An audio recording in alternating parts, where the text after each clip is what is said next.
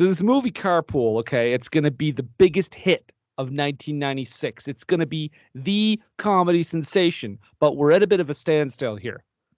Okay, what's the holdup?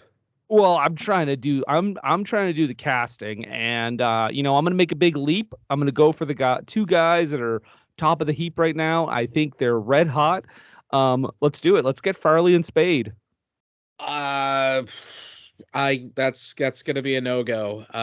They're demanding quite a bit bigger salaries now that that Tommy Boy and Black Sheep are kind of taken off. So And we only have 17 million, so we don't want to blow it all on the salaries. Okay. but we still, I think we should keep that feel, that kind of like nerdy, nervous guy and big funny guy. I mean, I think you're onto something there.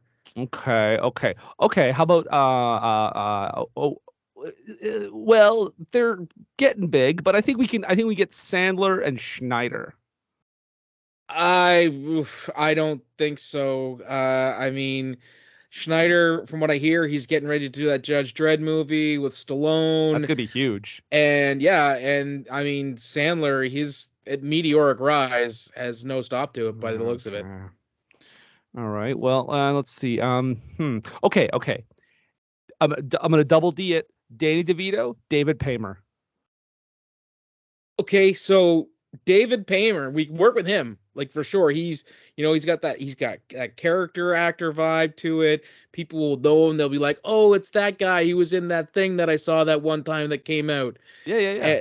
And so, yeah, and I think, yeah, we could probably get him for a pretty good price tag on the budget. But DeVito's going to be a no. From what I hear, he's getting ready to do this Andy Kaufman thing.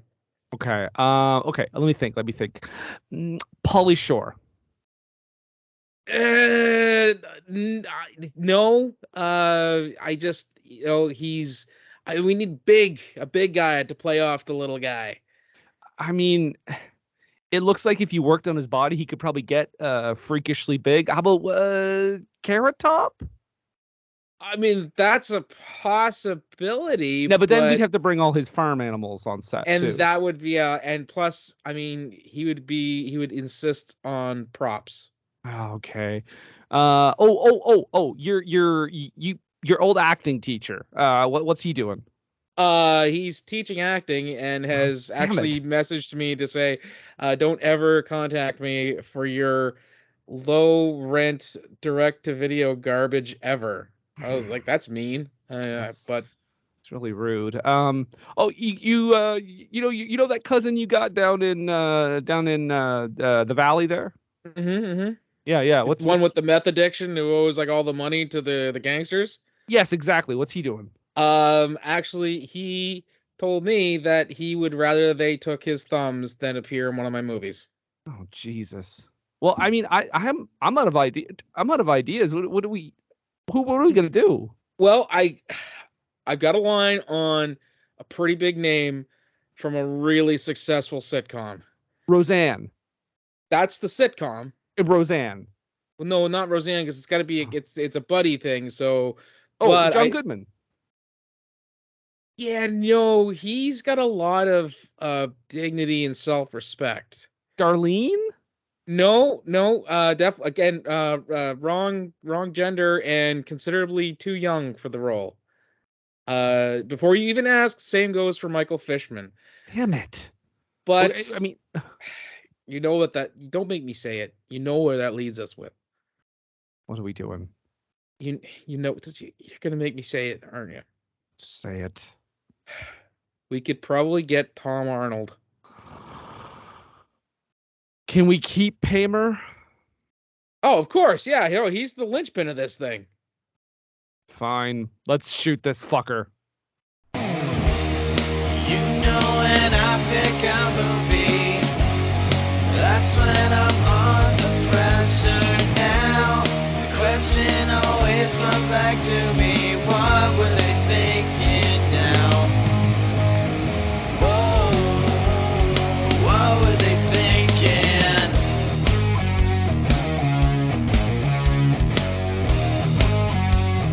What were they thinking? welcome everyone back to What Were They Thinking, a podcast about bad to questionable movies and more of the questionable and a lot more of the bad. This week we are talking about the Tom Arnold magnum opus that is Carpool. Some would say that F. Murray Abraham has Amadeus and Tom Arnold has Carpool. That's what I'm talking. We're talking about this week, and I'm not doing that alone because as you can tell, I'm not doing it alone. This is a buddy comedy, so who better to be the David Paymer to my Tom Arnold? Oh, thank God! Please introduce. Hey, you know what? As much as reviled as he is, I think he seems like the kind of guy who would be fun to hang out with for like 10 minutes.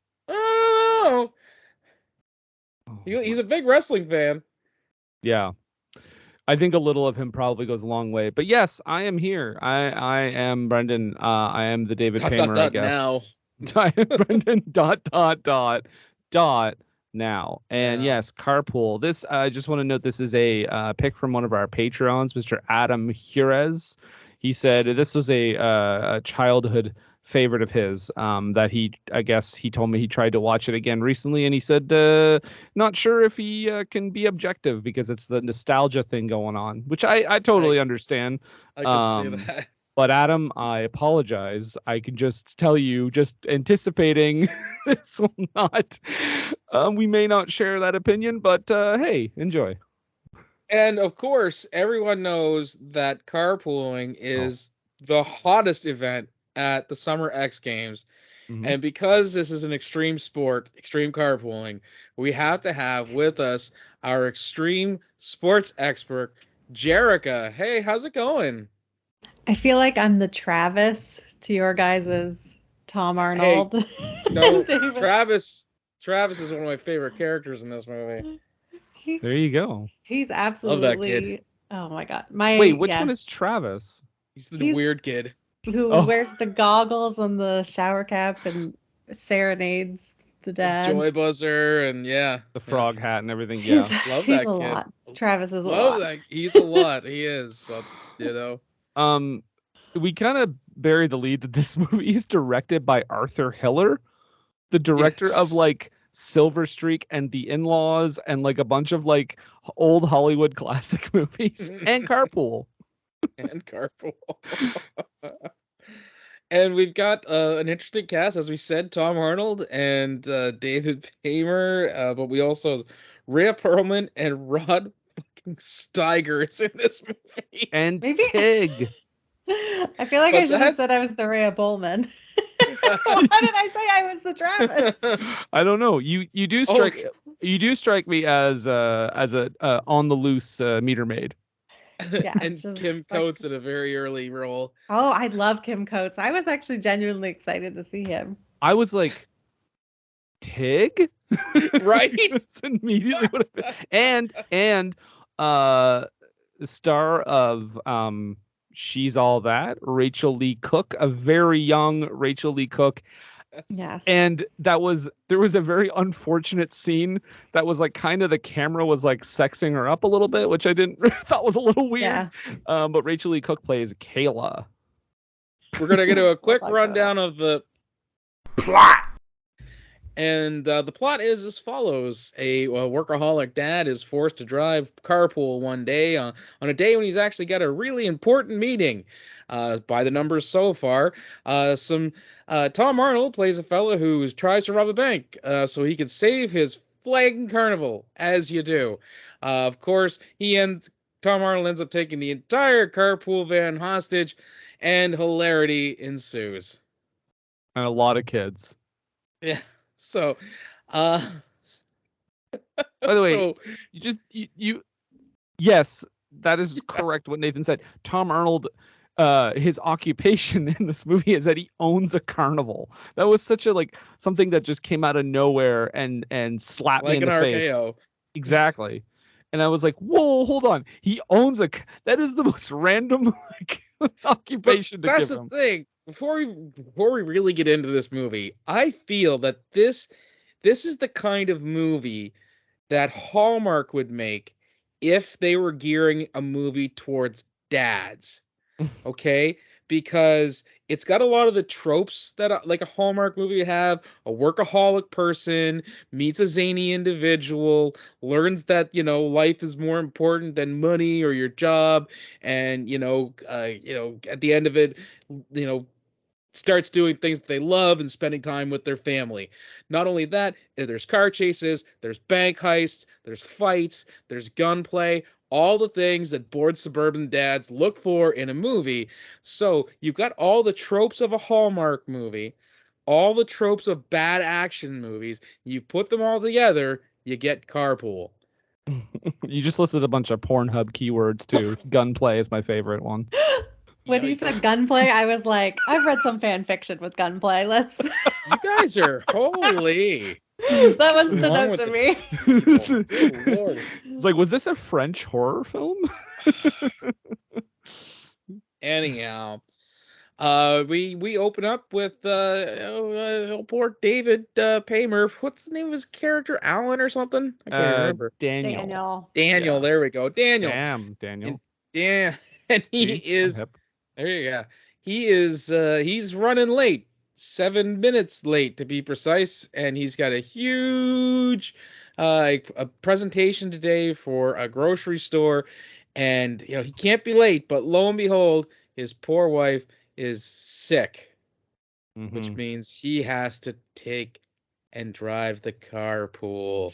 Is this a cold open, or was there opening credits right before this? There was opening credits. There was opening credits. The longest, most boring, annoying opening credits. Because it was just listing the names, and the word carpool kept zipping in and around and up and down, and there was like mindless chatter that you would hear in a car full of kids. Yeah. It was like, hey, we need some wild sound, like dialogue for like people getting into a carpool and like crazy things that would happen. Oh, you're gonna just put it in throughout the movie? No, it's just all gonna play at the same time.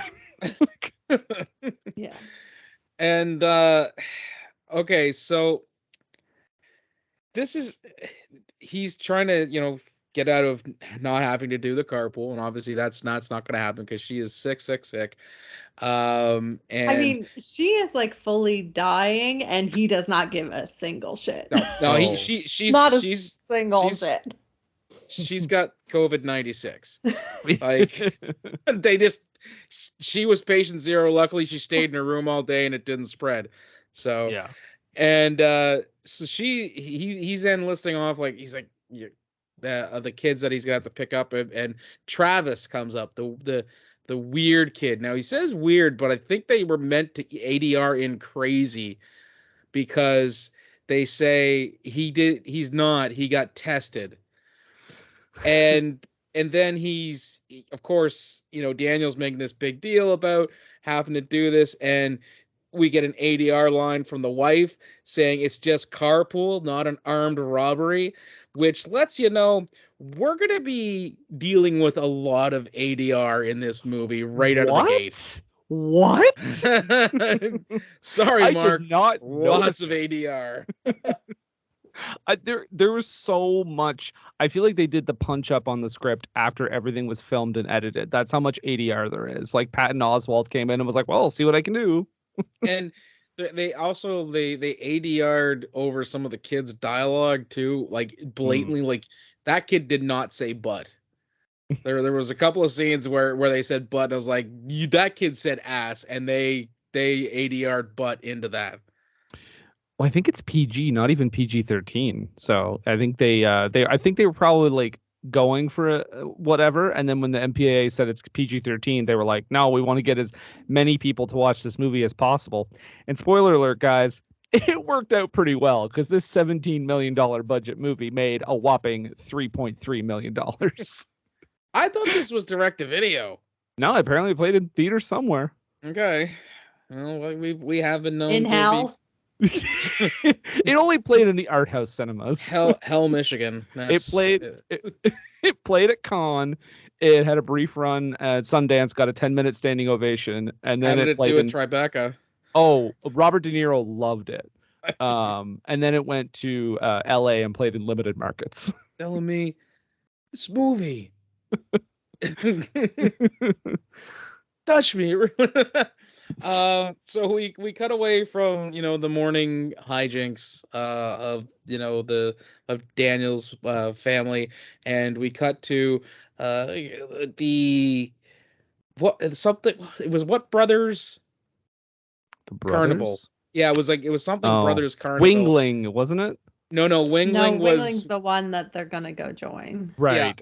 I don't remember the name of his car. I think as soon as I heard that he was a carnival owner, I think my mind just ran away for a minute or two.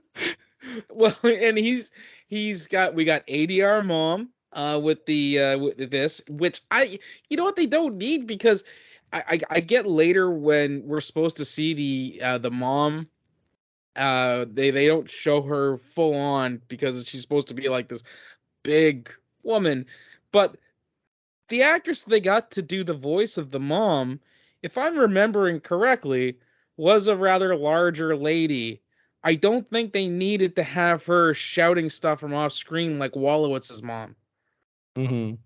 which they do for the entire movie. It's also 3 different people. Is it? There were so many different voices, and some Yes, of them did not okay. sound anything alike. Right. Okay. So I thought there was one point where I was like, did the mom just do like a funny voice to entertain her son? No, it's literally credited. I think uncredited, but or maybe it was in the credits. I just saw on Wikipedia that it was 3 different people. One of which is that her name is slipping me by. Oh, Edie McClurg, the vice principal from Ferris Bueller. Yeah. Or secretary. Secretary. Yeah. Yeah. Yeah. He's a righteous dude. That girl. He's a righteous dude. Okay. All right. Fine. Really weird. Like, I don't know why.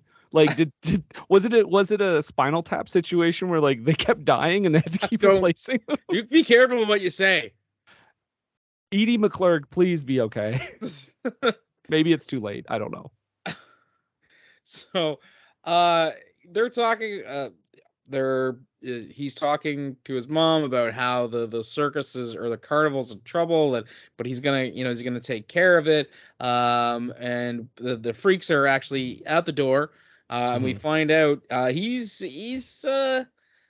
more of a Paul Heyman than he likes to admit, because all the checks are bouncing. Mm-hmm. Nobody, they bring back they say we need to bring back our checks, and he's like, oh guys, you don't need to do that. Yeah, we do, because the bank won't cash them. So many great Tom Arnold one-liners. Yeah.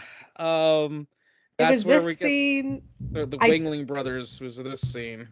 Yeah, so after I watched this movie the first time, I messaged Brendan to say, actually I was watching it at the time, and I just said what the fuck out loud. It was during this scene when the little dog boy like barks. Yes.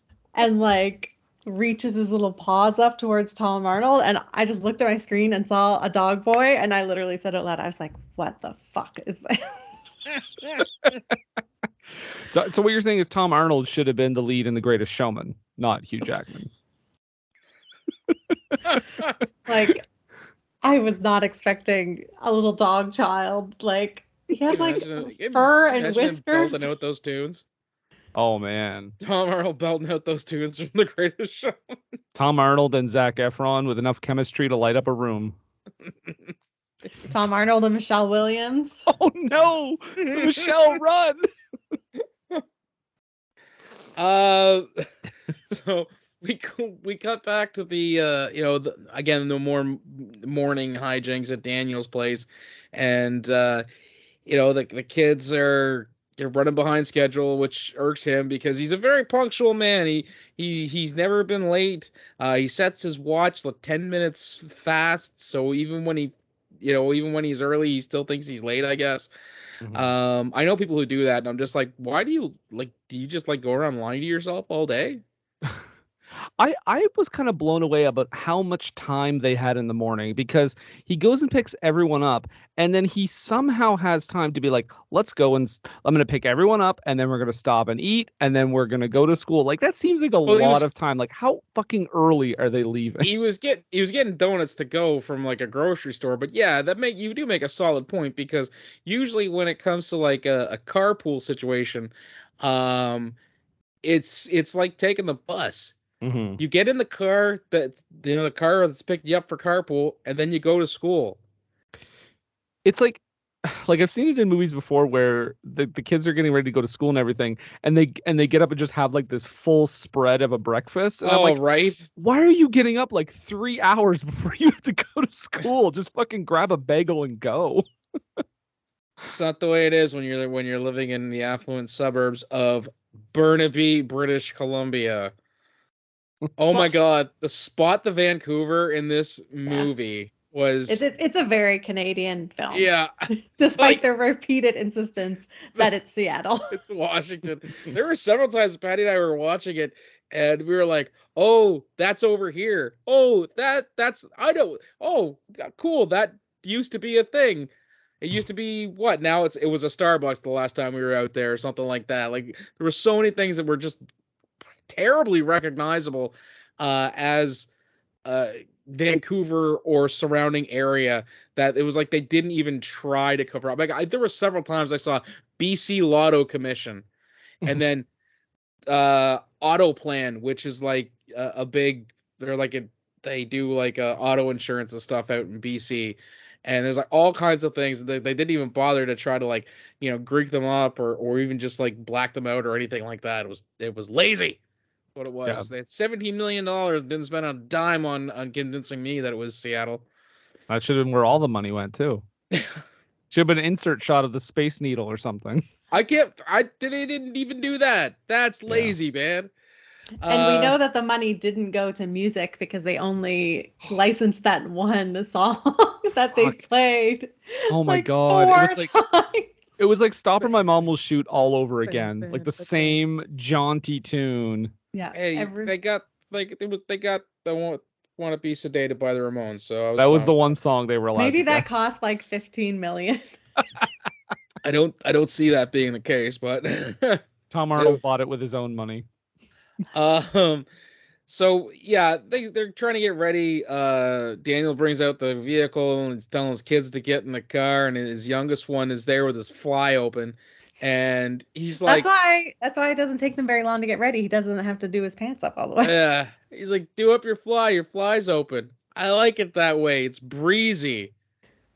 And I was like, future sex criminal. right?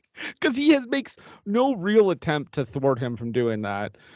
And I'm like, oh man, don't teach him. I was like, I don't need to know that this child is running around with his pants like unzipped. This is weird. It's weird.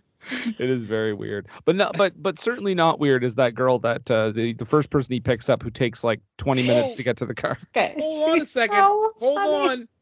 Let's not run past, because you talked about the kid being a future sex criminal. One of their neighbors is a guaranteed future sex criminal, probably like within a day or so, because they make a fantastically tasteful stroke victim joke where one of the neighbors is watering his lawn without his pants on.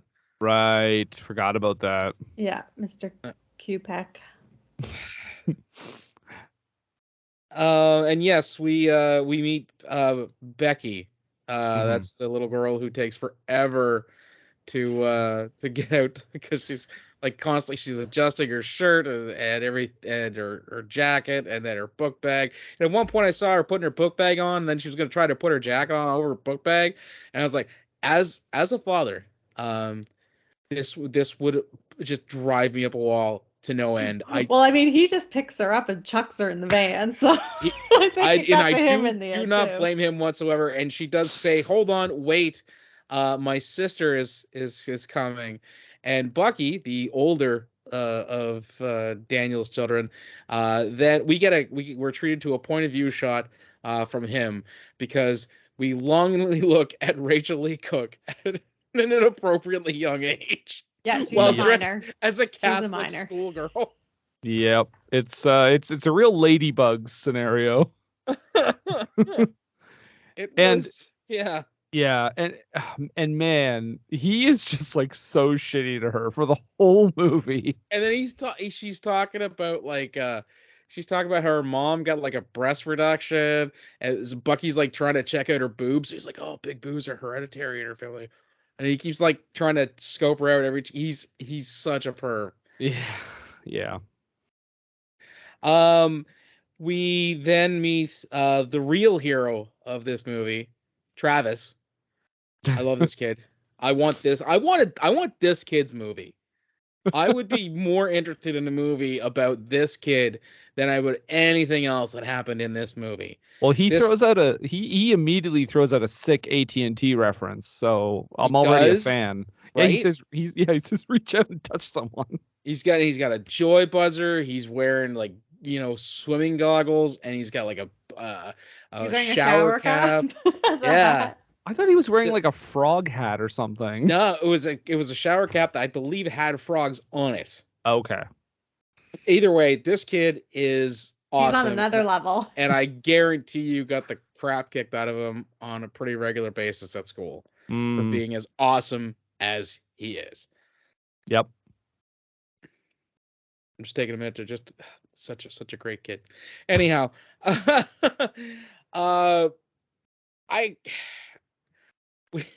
have a note here, and I think it's something Tom Arnold did, but I think it's just a general note that fits this movie.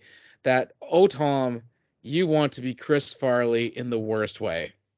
Oh yeah, because he just yells a lot, and that's basically yelling equals comedy. But there are very few people who can pull it off. Like I think Chris Farley, one of them that pulled it off most of the time. I think Will Ferrell can pull it off quite a bit, but not everybody can. And Tom Arnold is not one of those people that can. I think what said it to me the most is that like when he's doing it in this movie, you can almost see like that was written with somebody like Chris Farley in mind.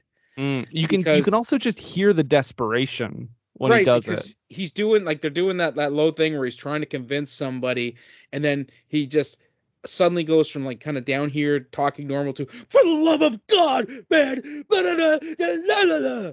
Right, exactly. That's an actual line from the movie, by the way.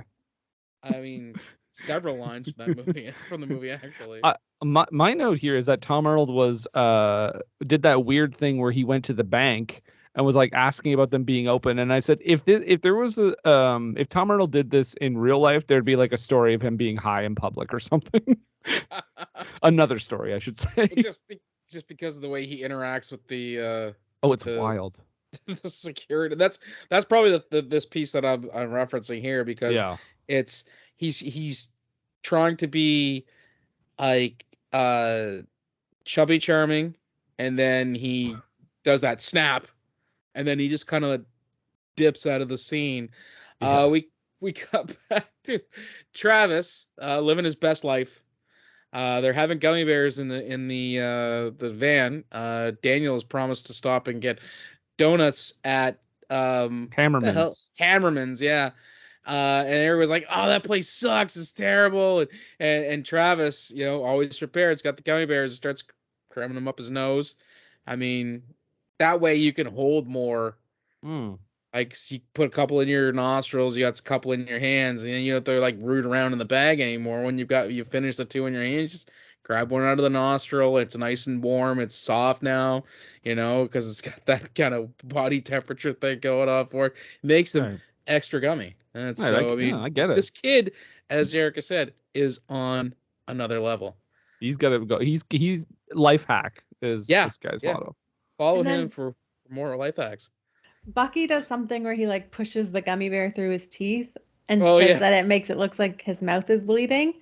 I thought that was going to come back later, that they were going to like use gummy bears to fake a gunshot or something. Yeah. Oh, that would have been wild if like a kid got shot and then pretended he had died. Also, like he was doing gummy bears. I legit thought it was going to come back. Also, he was doing that to like impress Kayla, and she's obviously disgusted by it. I'm like, why would you think she is disgusted by like everything that he does until the end? That's what I don't get. It makes no sense, the end, because she hates him. When he was doing that, I didn't think that he was doing that to impress her. I actually thought that he was doing that to impress or kind of get curry favor with the kids in a roundabout way of showing, hey, see, I like kids. I'm good with kids. Oh, wow, that's a deep level that he's going for there. To tell her like, hey, you know what? And when we get married, we're gonna have kids, and I'm gonna be a great dad. I'm telling you. Imagine if this he movie had might ended be a with a perv, wedding. but I think there's levels to his game. So what was that? I just imagine if this movie had ended with a wedding. like Underaged, 3 years honor-bound later. wedding. Okay. Yeah. Anywho's. And Tom Arnold's the priest. Oh God. We got ordained.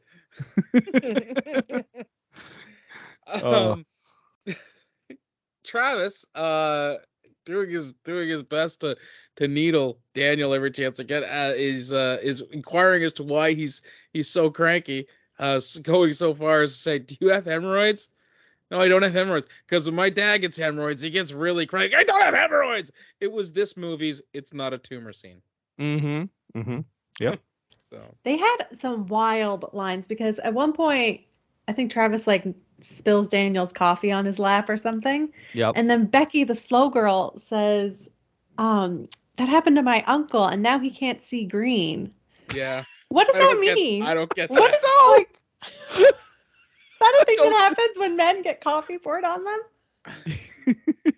Someone tell me. Well, I was gonna. You know what? I've played sports and have had trauma to the groin. They're not necessarily related, but I could still see the color green. So I don't know where Becky's getting her information from. And then also Travis says that he stuck a pine cone up his butt. He does say that. Yeah. Awkwardly, I was gonna say I have spilled coffee on my groin, and I was gonna. I didn't want to make this awkward or anything, but I was gonna ask you, Jerika, what color your sweater was. Oh yeah. It's red, Brendan. Oh, okay, I knew it. That's a Um. visual joke for you at home. Okay. So I tried looking this up, and I didn't see it, but I thought because we're introduced to like I guess this would be like what our C or D story for this movie. It's the other two guys who were gonna rob the Hammermans. Yep, the wet bandits show up. Well, is one of them one of the guys from Carrie 2? I don't know. One of them's from like Da Vinci's Inquest. That's where I know him from. Maybe that's where I'm used to this. Maybe I've seen him like on CBC ads and stuff before. But I thought he was one of the guys from Carrie 2. He was like one of the dude bros. Like actually like the kind of head dude bro whose dad was. He's not the guy from Home Improvement. No. He's not. No. He would have been Zachary Ty Bryan's buddy in Carrie 2. Oh, I'm not sure. Oh, well. But one of them is from Da Vinci's Inquest, and that's why I was like, this movie is so Canadian. It has Kim Coates and this other guy that I know is Canadian. Wait, Jerika, you're not familiar with Carrie 2? Oh, I saw Carrie 2. Oh, okay. Rage, Carrie 2. Yeah, I've talked about it before, the scene where they get the spear through his testicles in Carrie 2. Right. And like when I saw that as a kid, I was like, that like changed me. That was very effective. That was my sexual awakening. Yikes. Yeah, I don't think it's from Carrie 2. I just looked. Oh yeah, because this was 96, right? But those two guys, by the way, show up with some very aggressive cross necklaces, and I was like, wait, are they gonna play into the like them being like devout no robbers? It was just the 90s. Yeah. Yeah. They did do a Catholic cross chest. That's why I was like, I'm not religious. That's why I was like, what do we do? Catholic cross chest. That's what it's called. And then classic 90s satire of like these hoity-toity liberal gourmet stores. Oh yeah, I actually know. Oh great, a douchey organic grocery store. Yeah. Like, cause that's so much so where they had like the snooty clerk was like, we don't sell donuts. This is Hammerman's organic gourmet grocery store. And then Tom Arnold makes an excellent point when he says, "Where are your gourmet donuts?" And gourmet donuts are a thing, and they are delicious. But they only sell millefeuille. Millefeuille? Millefeuille for 5 fucking minutes. Let's make a joke about how French words are weird. I can't pronounce the word. That's pretty funny. Let's put it in the script. Yeah. So Tom Arnold has ducked into Hammerman's to wait for the bank to open. Mm-hmm. Daniel has dipped into Hammerman's to get croissants and millefeuille for the children. Because what kids don't love plain French pastries over donuts? Yeah. Really. And also to clean off his pants because he spilled coffee on them and can no longer see the color green. Mm-hmm. And finally, our two ne'er-do-wells dip in, and they're actually going to run the place because apparently they have like a pillowcase filled with cash in the safe. Yeah, I mean I think that's how they would store their money for sure. Especially a giant enterprise like Hammerman's, which because we learn later it's a pretty big company. Also, the fact that the front store clerk had access to that safe. I can tell you that I worked in retail that had a safe where I would constantly have to drop deposits into. I didn't have the combination for that safe. No, and Jerika and I both worked at a place where we didn't have access to the safe. I was just thinking, back in the old Right. Cineplex days, I've never opened that safe. And he just has like $20,000 just like sitting at his cash. Yeah. This. I mean, you gotta have a float, right? You gotta have your $20,000 opening float to start off your day. Why is it show up kept in 2 the hours manager's early office? just to count it? Oh fuck! It's all in loonies. Which, because they're in Vancouver. Well, in all fairness, it is an organic grocery store, so maybe you do want a $20,000 float because an apple costs you $15.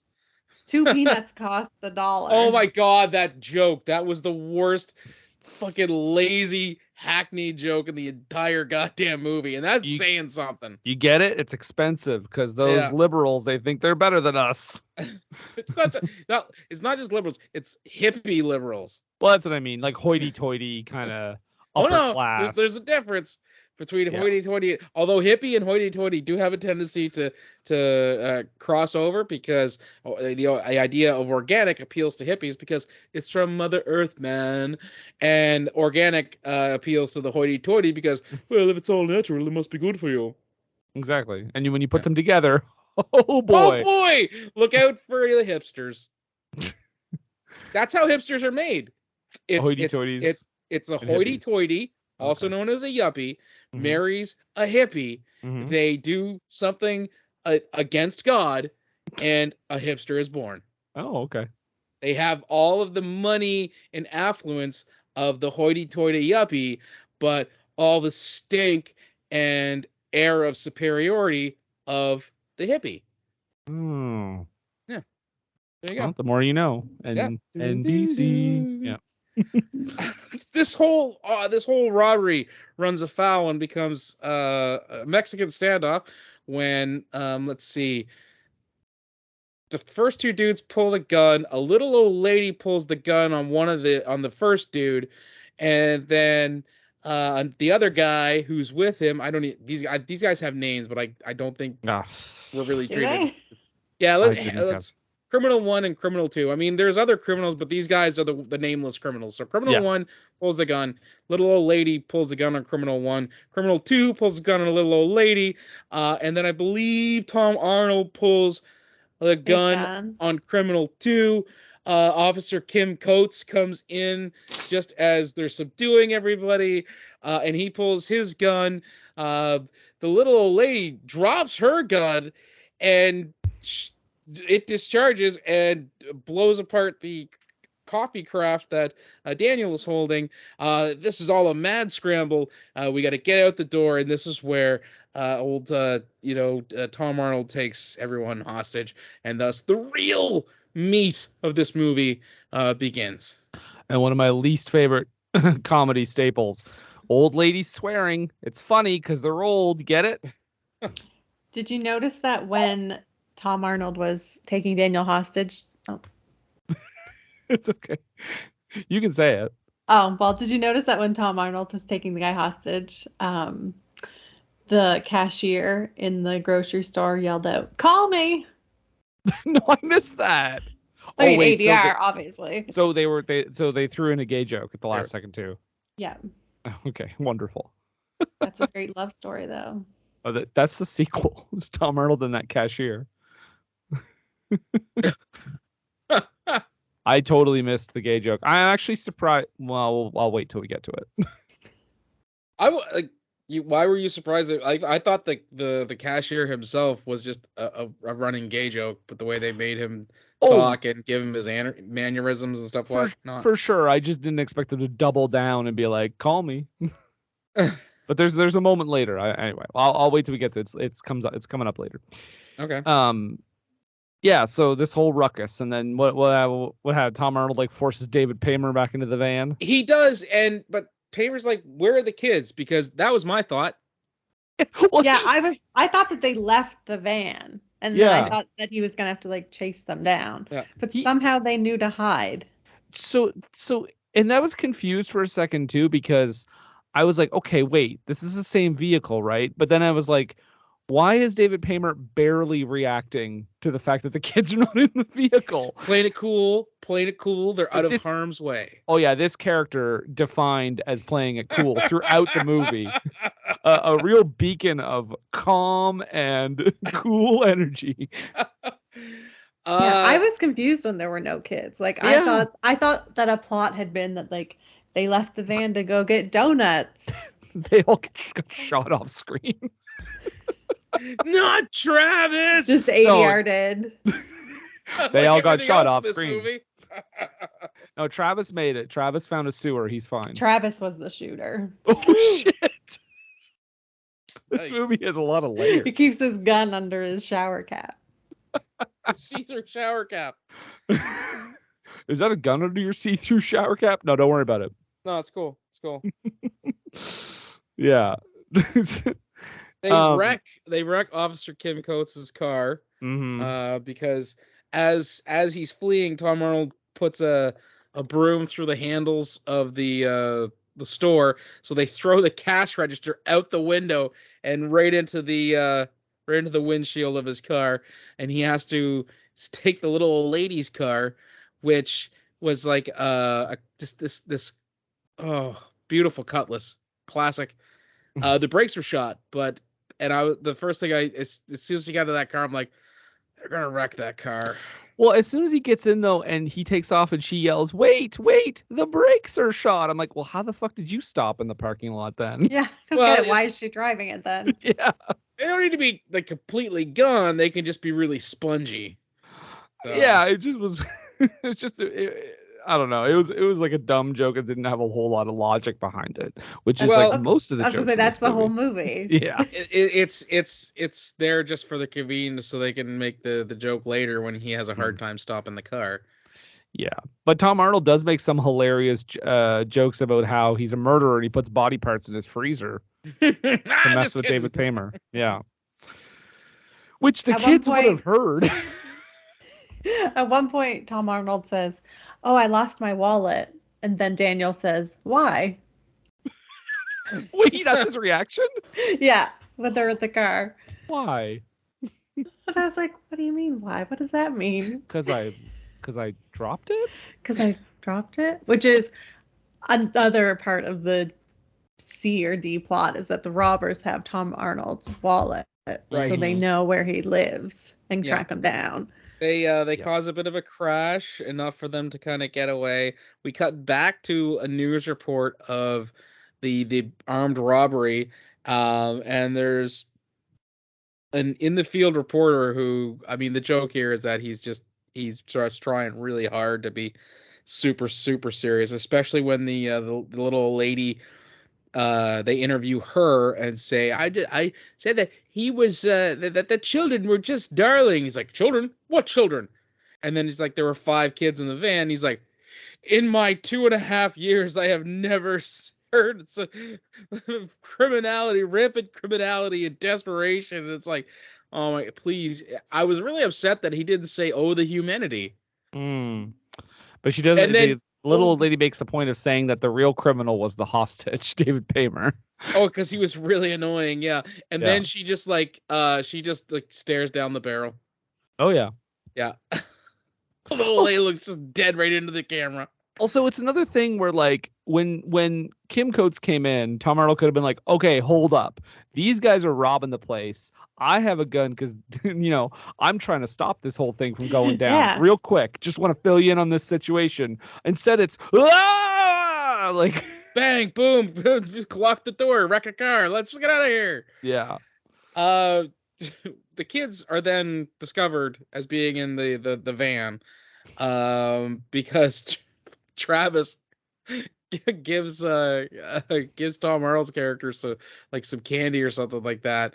And then David Paymer is like, okay, let all the kids go. You can keep me. I'll be your hostage, or that sort of thing. And then all the other kids, they want to stay with Tom Arnold. Get ready, because that's a thing that happens several times throughout this movie. Mhm.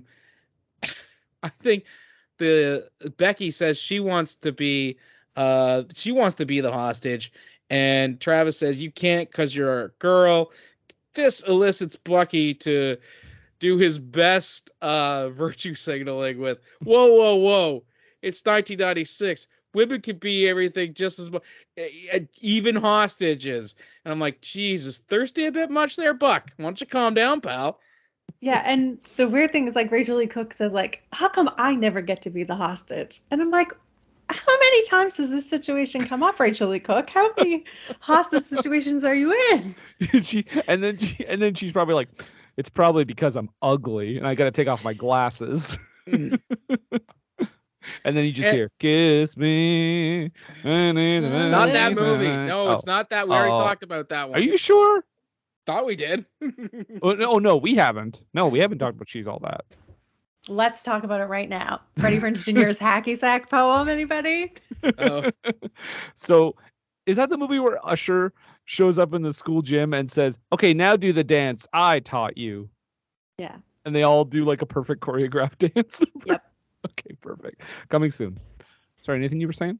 Sorry, I think I was thinking of another movie that has a lot of similar plot beats. I think you were thinking of that Cyrano de Bergerac teen movie we did. Yeah, that's the one. Yeah. You see, it's a ripoff of Cyrano, and She's All That is a ripoff of 12th Night, isn't it? I think so. Yeah. Something like that. It's all Shakespeare. Except for Cyrano. Cyrano's not, yeah. It's Shakespeare adjacent. Cyrano de Bergerac is Shakespeare adjacent. There you go. She's All That is My Fair Lady. Oh, okay. There you go. Which is, I guess, would so be like Pygmalion then. Yeah. Okay. So 12th Night. No, She's the Man is 12th Night. Okay, there we go. See, look at this. Like, all these 90s movies were 10 Things I Hate About classic. You, Taming of the Shrew. There you go. Sounds like we need a teen month. Ooh. You might We want don't to do that think sort the of stuff name. around here except for WrestleMania month. That's true. And horror month. Anyway, movie, Carpool. Oh, This yes. movie's terrible, though. I don't want to talk about it anymore. Spoiler alert, I thought it was going to be worth a watch. The Criminal 1, Criminal 2, as we said, they have Tom Arnold's wallet. What? He's the only character I can't remember the name of. Franklin. Tom Arnold. Yeah. I mean, he is Tom Arnold, so. They go to his place, and they're going to they want to rough him up to get the money back, but they are then accosted by his 80-yard mom, who beats them up all off screen. They come in, or she pull them in the door, and then just there's this big fracas noise, and then they get thrown out the front door, a la Jazz from the Fresh Prince of Bel-Air. Is she supposed to sound like Roseanne? That's the I joke, wrote that right? down too. I wrote that down too. In her first scene, I was like, oh, Roseanne plays his mom. That's funny. But it's not Roseanne, but that's the joke, right? I'm trying to remember when I think this would have been after they were divorced, so Yeah, so that might have been digs at her for sure. like, because one of the multitude of voices definitely sounds like Roseanne. Well, Mhm. the one I thought of, she was like an older lady, but again, she would have been perfect for that role, and they wouldn't have even had to put her off screen. The three people that did the voices were Edie McClurg, Kathleen Freeman, and Miriam Flynn. All right. Miriam Flynn is cousin Catherine from National Lampoon's Vacation. And she's in okay. Land Before Time as Grandma Longneck. Okay, now that doesn't help at all. I mean, Come on, you haven't seen those Yes, it two does. movies? National Lampoon, come on. Yeah. Anyway, yeah, she throws them out the window. Is what we're getting at here. yes. And well, out the front door, like Jazz from Fresh Prince of Bel-Air. oh, and it's at this point too where I said I think Joey Ramone is one of the producers because the "I Want to Be Sedated" song comes up like I think 3 or 4 times throughout this movie. Well, It does, yeah. and they're doing that. They're doing that to show the growth of Daniel, because the first time he hears the Ramones, he's square. He doesn't like anything like it at all. It's the young people's music, despite the fact that the movie came out like 20. I mean, the song came out 20 years before the movie did. Yeah, those kids are just big on the Ramones in 1996. Yeah, and so, and then the second time we hear it, the kids are still into it, and this is the second time we heard it, and Yeah. Tom Arnold, he's into it, so that's why the kids think he's really fun, because he likes fun music and yelling and singing at the top of your lungs. He's fun. He's much funnier than Dad is. And then later on, when we hear it again, Daniel's into it now and showing that he's loosening up and his priorities are changing. See, growth. He's becoming the final Hallmark product. I'm going to need you to stop defending this film. If you think about it, it really is a well-written script. Like that character Brian Cox played in Adaptation. It's the perfect version of what he was teaching. One Good thing stuff. that Good stuff. this film reminded me of, I've already forgotten the name. What was the name of the Nicole Kidman movie that we did with the bikes? Oh, the BMX Bandits. Oh, BMX Bandits. BMX Bandits. This movie reminded me of BMX Bandits in that it is 90% chase scene. So what people need to know is that, like, in the background of all of this is an ongoing chase scene. Like, they go into the parking garage, they go up, they go back down the parking garage. Yeah. I thought you were going to say it reminded you of it because there was a lot of children in peril. That too. I love that you said Days of Thunder. I almost went to Days of Thunder. I was like, oh yeah, we did 2 Well, Nicole they Kidman. did keep turning left. So Mhm. Yeah, did what Zoolander couldn't. Imagine Tom Cruise in this movie. Oh shit! You don't like this song? Come on, man. oh, come on, he'd be the Paymer role. No, he'd be Travis. He would I was gonna say he would have to be the Paymer role, because he would have to grow and have that that heartfelt speech at the end, so he could really be acting. Tom Cruise and Tom Arnold together again, finally. I would watch the fuck out of that movie. The weirdest duo ever. I know. It was at this point where, like I said, they didn't even bother trying to hide the fact that this was filmed in Vancouver. It was like, it's like west onto Cordova, head to Gastown, turn right. And it's like, man, there's no Cordova or Gastown in Seattle. Come on, man. That was the breaking point for you. That's why they had to keep pushing, like, remember that Seahawks game? Remember when we used to watch the Mariners? The Mariners. Remember that we're in Seattle? Remember? Yeah. Is this where they stop and go into the hair salon because Yeah. they have to use the washroom? Yeah, and that kid pees for over a minute. Oh yeah. Yeah, there's something wrong with Oh. David Paymer's child. And he goes in, he's got to go pee for like a minute, and Tom Arnold's got to pee too. And he But he holds makes David David Paymer's Paymer hand. Hold his hand, and then And at starts one singing point, he switches Shenandoah. hands. Tells him to turn on he switches hands at one point Yeah. Just grabs it with the hand he was holding his penis with, just puts it full on the Paymer, and then in a moment that absolutely took me right out of the movie, they cut away and they cut back, and he has switched his hands back. Oh, just Oh, I thought you were Continuity. gonna say the other gay joke. No. I guess, yeah, we have a surprise. We have a gay hairstylist who comes in and says, "Is there room for one more?" I was like, come Oh, on, yeah, that's right. lazy. Just lazy. 90s. Yeah, so this is where they buy the hair dye. The So purple that hair is- dye. The And purple they- hair yes, dye. they Purple tip the passion. Oh. And Tom Arnold grossly hits on that hairstylist, and she's basically like, "You're disgusting." Yes, you can tell. She's not having it. It's not acting. You know what they say? You miss every shot you don't take. Tom So Arnold they- goes for it. Yeah, so they paint the car purple, and then over halfway through the movie, Rhea Perlman finally shows up. Right. She's the meter maid. Lovely Rhea, meter maid. Mm-hmm.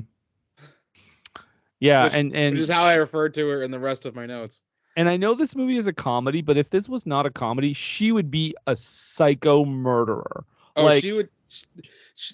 She's like a born identity. She's got like death in her eyes. T1000. That's unstoppable parking ordinance enforcing machine. I'm just gonna say right now, I think she was my favorite performance of the movie. And then plot twist later. Her Oh, used to I be got a notes on that, but we'll That's a save that. relationship and a half. Yeah. Daniel manages to call his office because they're all worried about him. He's like an hour late, and he's never been late for anything in his life. The guy he's talking to is apparently light on the chromosomes or something, because he's like, he keeps saying honey and darling and sweetheart. He's basically pretending he's talking to his wife. Oh, And the guy's like, "Are you okay? What's wrong with you?" It's like, idiot, can't you? He's clearly in peril. If anybody starts talking to you in a way that is not lining up with your conversation, they're trying to send you a message. Mm-hmm. Yeah. And Well, I mean, he literally says like, "You'd have to kidnap me." Yeah. Yeah, I like it at one point too. During that, just before that conversation, one of those executives is like, "Well, he's only an hour and a half late. I mean, come on, let's just wait a little while longer." I'm like, "What? Only?" I know. I wish that. I'll show up only 90 minutes late tomorrow and see what happens. Yeah, I know it's supposed to be there at 8:30. I'm thinking 12. I'm thinking find another job. So they peel away or try to get away from this whole, parking ordinance thing as quickly as possible. One of the ladies inside the salon sees the news report and recognizes that Tom Arnold was the robber. So she runs out and she's got her mustache, that wax thing going on. She's like, and it's like, okay, this is stop, please. And they don't stop. They do it a few more times before someone just rips off the mustache. She says the robber, lovely Rhea Perlman, jumps into her parking ordinance car and catwalks away. Like, just pops a wheelie and tells the rest of the street to eat her dust. Well, she has like rocket jet fuel in that Yeah, vehicle. actually, it's like the Fast and the Furious of parking enforcement. Oh man, is Rhea Perlman's character going to show up in Fast 10? Can we confirm? Please let me know, because actually no, don't, because if that's a thing, I want to be surprised. That's the very ending leading into the final one, Fast 11, where she's the main villain. And it turns out she's Dom's mom. I was just gonna say, Dom's mom never been in the show. But like Dom's mom is the villain. He has to go up Yeah. against his own mother. Oh, well, his brother in the last one. Just gonna say. All That this we've time I never thought heard it was of. about family, but turns out the family was the bad guy the whole time. And I'm Sylvester Stallone now. Yeah, well, they go together. So, they drive away from the Westminster Mall, where I used to live near, and then immediately are down at the bottom of the hill, getting ready to turn on Columbia in New Westminster, where they are stopped by a roadblock. So what does Tom Arnold do? Well, you know what? It's time to pretend to be a gay couple. This actually, I will say, this is what I was going to mention. I was surprised this didn't go as far as it. Yeah. Farther than it did. Yeah. It could have been a lot worse than what it was. That's fair. No, that's fair. If you're going to make a joke about being gay, like, I guess this was like the respectful. This was the most reserved that they could do. Yeah, they didn't if you'll pardon the pun, they didn't pull a Johnny Storm and flame on. Yeah, this wasn't like an Ace Ventura situation. No. Right. Well, I watched that movie and then get up to that scene. I'm like, oh yeah, god damn it. Right. They cut back to mom again, dying in bed, who is like just wasted on like cold medicine, and she keeps seeing the news reports, but because she's so whacked out on cold meds that she's not registering it. And this time when they cut back, she's actually watching a soap opera before they cut away to a special news report. And I made note of it because this dialogue just I wrote down the dialogue too. Thank you. Because there's a girl and she says, "And now I find you in bed with my mother. What kind of a father are you?" I know, I wrote that down. I literally was like, isn't that what all fathers do? Yes, and the best part is that the actress is like Jewel State from Firefly and Serenity. It's one of her earliest roles, and if you look at her Wikipedia page and her IMDb, she is credited as like the soap opera actress. Oh, that's delightful. She's doing the old Fargo Bruce Campbell role. I wrote down that dialogue too. I found you in bed with my mother. What kind of father are you? The kind that fucks his wife, like. Yeah, dude, that's the. They during this kind of like they're trying doing a getaway from the cops, and they drive up into like a van, not a van, but a delivery truck. Yeah. Enough for the van to fit in. Refrigerated, yeah. But I don't know why I made a note. Cats committed suicide. Yes, I wrote that down too. What is it about? Travis farted. Oh, and then they were talking about farts, and then Rachael Leigh Cook says, "Girls don't fart." And then Tom Arnold says, "Oh yeah, well, why don't you come by my house and ask my mom why the cats committed suicide?" There we go. And I'm like, no, that's the lie your crazy mom is telling you. She killed your cats. Yeah. I farted Rachel Leigh Cook loudly. is right though. Rachel Leigh Cook is right though. Girls don't fart. Girls fart. Oh, okay. I wasn't aware. I beg to differ. My lovely wife has been known to rattle windows. I'm sure she would love that you told us that. I tell people that all the time. Because here's the thing. Hi, I'm Nathan. My wife farts a lot. Nice to meet you. Because it's an icebreaker. If I meet people, and I'm a like, window look, rattler. if you hear any loud gas noises, either from the chimney or from the root cellar, it's her, not me. Yeah, Brendan, when I said you could hear my neighbors, I lied. It was just me taking a bunch of hot toots. Hot toots. Just don't mind me over here, just straight hot tooting. Oh my god. Just cut back on the banana peppers if you're all right. So this is where they end up in the mall, right? Because I noted 3 different malls actually. Okay, because I noted this movie thinks we are so stupid that they have a character ADR just the line mall. Yeah, so the truck lets them out in the mall, but like, I don't know. This movie is really just. They bust into the mall. They start driving through the mall, and it's not to be unexpected with a movie like this. It's called Carpool. There is a bank robbery and get away from the cops. Of course, they're gonna drive through a mall at some point, Sure. But I mean, to the extent that they do it in this movie, it's egregious. It was at this point where I thought this movie is so fucking annoying. Like, this was where I was like, this is too much. Patty and I kept trying to figure out which malls they used because we knew they used more than one mall. I was just gonna say there's so much ADR during the scene too. Like he's Mhm. I've never been here on a school day. And it's like stuff like that where it's like, do we really need jokes every fucking 2 seconds? Like just it's not funny that they're driving around a mall, but just let that be the only They're joke. Like, They're operating under the sitcom rule. yeah. Yeah. No, go ahead. I was just gonna say this is where Rhea Perlman catches up to them and spear guns their car. Yes. And she has an ADR line too. She's I knew boring those cylinder heads would pay off because we needed it explained why she had jet rocket fuel. This is a stupid comedy from 1996 called Carpool. I don't need an explanation. She has rocket fuel in her stupid meter maid vehicle. Fine. Like I buy into it. I don't care. I will say this.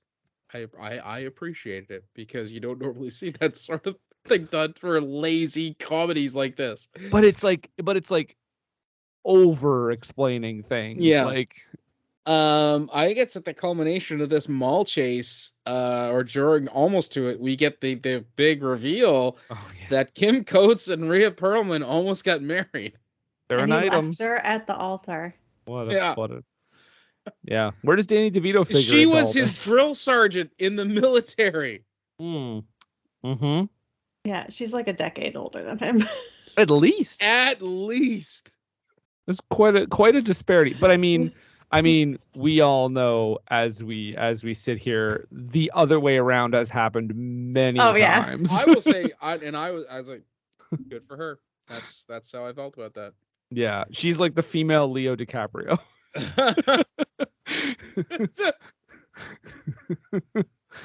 I'm looking it up right now. Because when I think of, she's literally 10 years older. It's literally 10 years difference. When I think of Hollywood smoke shows that just land the A-list guys, it's Rhea Perlman. Mm-hmm. Kim Coates, man. Who looks so different in this movie than what I'm used to. I'm used to the very least having like some longer curly hair. If he doesn't look like he does in Goon or Sons I was of gonna Anarchy, say, I always think of him as Goon. Yeah. Yeah, that's the first thing I saw him in. But if he doesn't look like either that or Sons of Anarchy, like I don't recognize him. If he doesn't have that angry mustache, right? It's just it's weird to see him like that. And even at the beginning of the first Bad Boys movie, he had the angry mustache.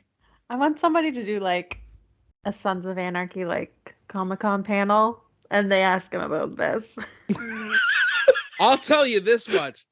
If I'm ever in that situation, I guarantee you I'm asking him about Carpool.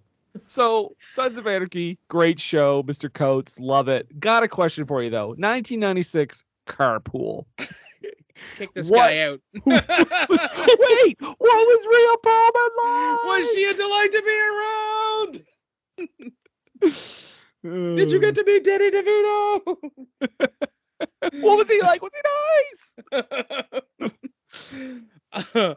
They do like this big getaway where they just blast out one of the windows of the mall, and the van is not broken with the frame and shattered axles, and they keep driving. But what does slow them down is a flat tire because David Paymer drove through the food court. Yeah, and he got a fork. So all that destruction did absolutely nothing, but a fucking fork in the tire gives them. I'm gonna say that is not a good tire. No. That's a really bad tire. Also, Jerika, I wrote this note specifically for you because they cut to Daniel's wife at one point in bed, just like all like sick and like in pain and stuff. And I'm like, this is probably Jerika watching this movie at this point. After that text I got from you. Just guzzle in like NyQuil. Guys, all my notes make the pain stop. Guys, all my notes are in wingdings. Let's do this thing. During this, they take the opportunity because they're changing the tire where they get to have kind of an exchange between Franklin and Daniel. There, I used both their proper character names, and Tom Arnold. I was waiting for this to take more of a right-wing turn, but again, it was 96, and even back then, people were civil about such things, but he did take the time to say that political correctness is killing the carnival industry. Yeah, can't have a bearded lady no more. Which I'm like, I mean, in terms of like abusing animals, maybe, but I still see like the quote unquote freak show like fairly. I mean, I think that's still around, right? I mean, I'm sure there are. Yeah. Because I mean, in a town like Seattle, I'm sure they would get people that would still go to this. and this is the thing about all this. He's a carnival. He's a carny. Yeah. Okay, he runs a carnival. Why is he based out of Washington? He should be in Florida. The carny state. Well, they couldn't pass Vancouver off as Florida. This is fair. all his quote unquote freaks would just be Florida man. But that's the thing. Like, I'm not saying this to be, derisive of saying that Florida is terrible, but I mean, Florida's sorry, terrible. Floridians. But that's where carnivals set up shop for the winter because they can't travel around because there's less business. Mm-hmm. Sorry, I was just gonna say. They set up in Florida because they don't do a whole lot of travel in the winter because there's no business for carnivals in the winter. So that's why it should be in Florida. But your point is taken that, yes, that you could not pass Vancouver off as Florida. Maybe northern Florida. There is an American Horror Story season where they have a carnival, and it does take place in Florida. So, so the math checks out. Is Tom Arnold in that season? No. That's where Lobster Boy was killed in Florida by one of his kids because was the community they all lived in was the basically the winter residence for carny folk. Oh, yeah. There you go. The more you know. NBC, take two. I was just gonna say this is the scene where Tom Arnold briefly threatens to murder himself. But then there's the reveal that his gun is fake. It's just a lighter. But like there is a brief suicide threat. Yeah, he puts the gun to his head and pulls the trigger. Yeah. In reality, it was only a threat because we didn't know. He knew what was up with the gun. But still alarming to see him suddenly go, "Oh, you're right. I'm gonna end it all." Wait, what? You mean you find that out of place for the guy who said he would chop up bodies and put them in his freezer? No, it seems on brand for his type of humor. Just a reminder that I think this was a kid's movie. Yeah. Can you imagine? Like, there are movies showing this to my kids, probably. Like, there were movies that like I went to see with my dad in the 90s that he still talks about, like how much he hates me for making him go. Spice World is one of them. Jingle All the Way is the other. Can you imagine if I had made him sit through? I think I'd be living on the streets. I'll tell you this. Insofar as taking your kids to wildly inappropriate movies, that is a dad's prerogative. I feel that any decent dad should at least take their kids to one movie that they're too young to be going to see. Well, I actually done it a couple times. One of my kids, like when they were probably, I want to say 8 and 10, we saw Trainwreck at the drive-in. And when Emma was, I believe, 14, we saw Good Boys in the theaters because, you know what? That's the kind of movie a kid needs to see. You know what movie I saw with my dad in theaters? The Wolf of Wall Street. Very good. Excellent. Wait, how old were you? But Margot Robbie is full frontal naked in that film. If you were gonna say that you were 10 years old, I'd go, Jerika, how old are you? No, I was a full-grown adult. But I was a full-grown adult sitting next to my dad watching Margot Robbie in a full frontal nude scene. Just a brief aside though, about Wolf of Wall Street playing in theaters. I do remember working at the movie theater and having a mother come out of that theater with like her 5-year-old child and saying like, this movie is inappropriate for my child. I'm like, did you think it was like an animated wolf? Like, what did you think the movie was? Love that. Pitch me that movie. It literally starts, just everything's the same, just animated wolves. But the movie literally starts in the opening 5 minutes. Somebody's doing cocaine off like a stripper's asshole. Like, Yeah. That's like the very beginning of the movie. The only thing I was upset about is that I didn't get to see their live reaction to that. He takes them to his carnival, as you do. But And it's in like a storage unit, a huge storage unit, and also like it's assembled. Yeah, it's all Yes. like ready to go. They just have to turn them on. which is not how you store carnival attractions. I assume not. It's also fully operational. Yeah. Because, like, this is fine. There are so many opportunities in this movie where you think, like, Daniel and the kids are going to go. Yeah. And then this is another moment where they're like, okay, we're done. We're going to drop Tom Arnold off. And then all of a sudden, all the kids are like, I have to pee. I have to pee. And Tom He's Arnold's like, well, I have bathrooms and they're heated. What kind of heated bathroom is in there? Yeah, that place looks way too like rink-a-dink to have heated bathrooms. Also, I know the implication is that the carnival doesn't actually take place in this area, but I feel like it does, and that's why his business is doing poorly, because you can't fucking find it. I don't know why no one's coming here to my garage. All the kids are having a great time on the janky Ferris wheel and whatnot. Mm-hmm. The criminals, Criminal 1, Criminal 2 show up and say, "Remember us?" And I said, "Barely." Yeah, they disappear for most of the movie. Third time I've seen you in the movie, and each time has been less than 5 minutes beforehand. So, they want to get their money back, and They fight. They The kid fight. gets stuck on the Ferris wheel. Right, the Ferris wheel gets fucked up because they can't they can't get to him, and this is where Daniel's gonna be like, he's finally realizing that he's got to do important stuff, to save his kid and whatnot, and it's all very contrived, cliched, but I mean. Well, he jams up the gears with his briefcase, his work, because he loves there. his kids more than his work. He sacrifices. Arc complete. Yeah, and then I mean, it's funny because like at the beginning of this movie, if you had told me he didn't like know his kids' names, I would have believed you. And then he did kabonk somebody too with like a one of those mallets you use for like testing your strength. Yeah. I mean, he does climb up the Ferris wheel. He does. Mm-hmm. That's pretty badass. He saves them, and then he jumps through like entirely set up like prize tent. The worst part about it was they couldn't even get a decent angle on the shot because you can see the stuntman's face full on. It's like, ooh, that is not David Paymer. David Namer. Yeah.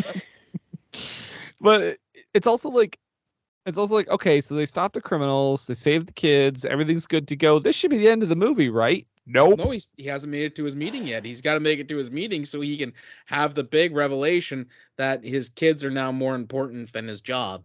They lock the robbers up, and they lock them up in a ride and leave it in the on. zipper.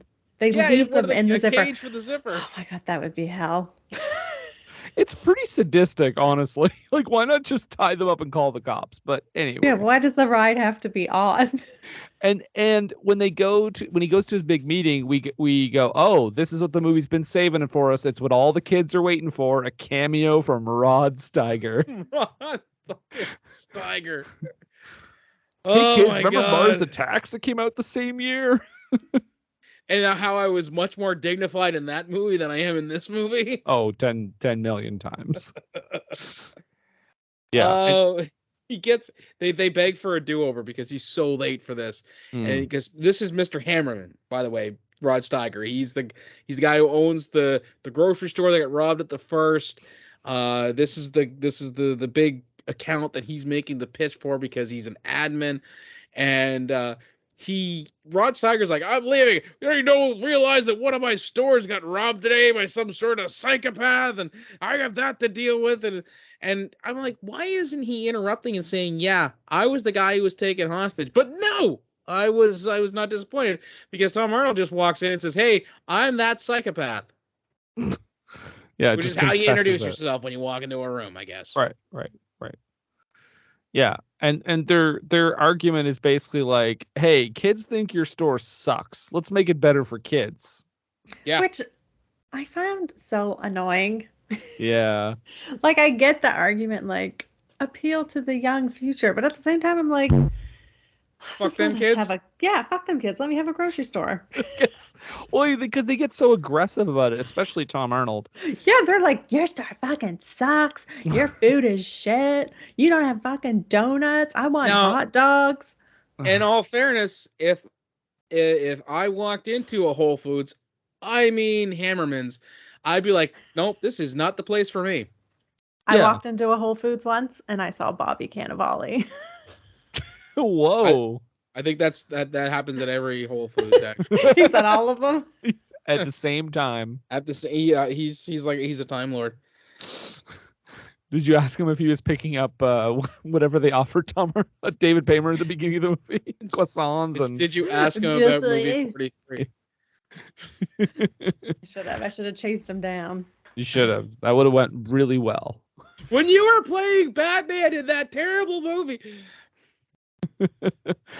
Yeah, and they basically do that movie thing where Rod Steiger, that gruff old man, is like, oh, you know what? I'm a grandfather and I like donuts and this sounds great. Let's do it. Yeah. And then Tom Arnold, for some weird reason, offers him a job at his carnival and asks him if he's ever bit the head off a chicken before. Yeah, I asked him to geek. Yeah. And they ADR in that Rob Steiger will drop all charges if Tom Arnold does 500 hours of community service. Oh my God, that was the most ADR thing ever. Also Rod Steiger, I don't think you can decide that all charges are dropped. They literally drove through a fucking mall that you don't own, by the way. That was clearly, like, that was the most obvious ADR of the whole movie, because they were like, oh shit, how do we explain they don't go to jail? I don't know. Community service, the end. Well, he does return the money. He does return the money, and not the end, because then we find out that David Paymer quits his job to spend more time with his family, to take them to Seahawks games or Mariners games. I don't fucking know. No one gives a shit about Seattle's teams. And then after that, I don't care either. The Kraken. Yeah, right. Fuck them squids. See what I did there? He does also say he's going to coach his son's little league soccer team, and I'm like, okay, well, you said you're going to spend more time with them. You don't need to coach the team, bud. You could just be there for the games. Got to make up for lost time. Yeah. I feel like he's not very athletic. Anybody else getting that vibe? You don't have to be athletic to be a coach. You just have to have a mind for the game. Okay. I feel like that's probably not a part of it either, though. He probably doesn't have a mind for soccer. No. Yeah. Just keep kicking the ball. Don't use your hands. Wow, you're a great coach. It's not about winning.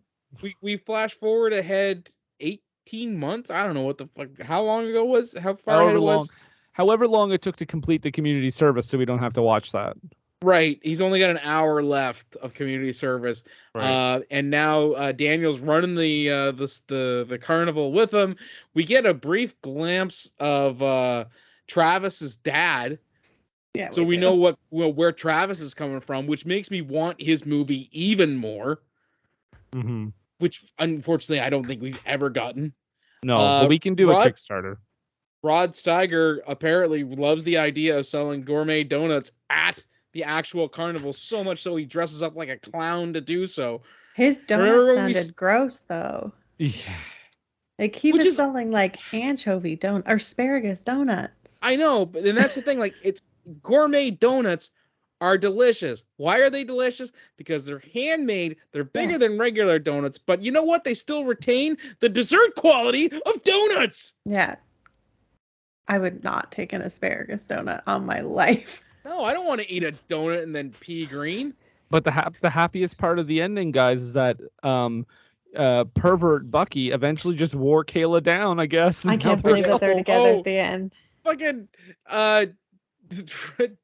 Tom Arnold hugs Rachel Lee Cook's mom, and they actually get your boobs. Yeah, because she's she's Yeah. still sensitive sore from the surgery. From the surgery. Yeah. But yeah, I could not. I mean, like, I can believe that Buck and Kayla are together because it's like a shitty movie. But like, even the last time we saw them together at the carnival, he sits next to her on the tilt-a-whirl, and she's disgusted by his presence. And he's Mhm. done nothing to win her over since then, other than be a boy in her presence. Yeah. Which is really the only thing boys can do when they're around girls. And I have yet to meet, even for thinking back from when I was a teenager, growing up into adulthood, having nephews and other like friends' kids who are now like teenagers, and seeing them being like, it's always been the same. They cannot help themselves. There is not a single teenager that has quote unquote game. If they think they do, they're fucking lying to themselves. But we do end strong with This Franklin realizing he forgot about his mother, and she just lays Oh my- waste to his sizzlers. That take that he does straight to the camera when he forgot to take his mom to lunch at the Sizzler. the SWAT Mwah. team shows Chef's up. kiss. The SWAT team shows up. They're bringing in the tanks. She's throwing guys out the She front threw window. the salad bar out the window. Yes, they you're not supposed to be able to see his mom, but I watched this on Amazon and there's some Mom's sort a of man. HD upscaling. Mom is clearly a dude. Yeah, there's like a 5 o'clock shadow. Franklin's mom is the bearded lady. She It's a Maybe. carnival. works at the carnival. Just figured this, just solved this movie, man. Now it's great. Yeah, perfect. All those notes I had before, gone. No notes. Yeah, and I think that's about it. Yeah, It finally ended. the end of it. I'm just gonna just go ahead and toss these away. I can't believe this movie. When you told me, when you're like, it's on Amazon Prime, I was like, what? I was pretty stoked that I didn't have to pay for it. So I guess we're gonna go around the horn. We'll start with you, Jerika, as our guest. Is this movie worth a watch? A drunk watch with friends? Are you going to attempt head trauma to forget it, or just avoid it like the plague? I think I'm gonna have to go with head trauma to forget it. Okay. I'm hoping that I never think about this movie ever again. But I honestly, like, for a comedy, I think I only got like one laugh.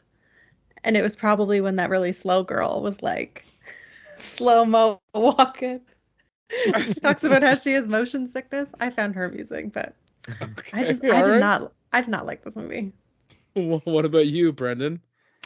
I think I'm gonna say the same thing, because if this had just like, I don't know, I have a real aversion to like zany comedies that don't really have jokes.